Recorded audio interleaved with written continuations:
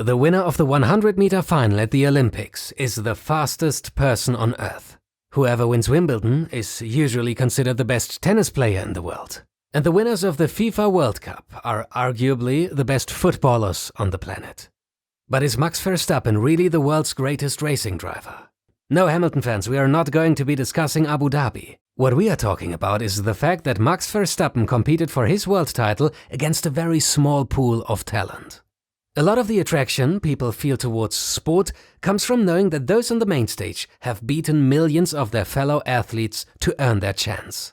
After all, many of you will have tried running, swimming or tennis at some point in your lives, perhaps even at a competitive level, and therefore understand the incredible amount of effort, dedication and skill required to complete these feats of athleticism.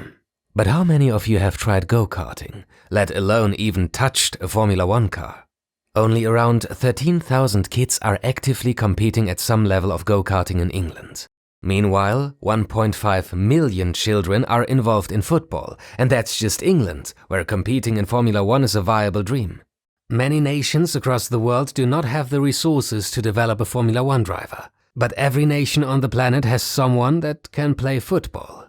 On the current F1 grid, only 8 drivers have arrived within the last 5 years. Every single one of them either has rich parents, large corporate sponsorship, or the backing of one of the big teams. Some have all three.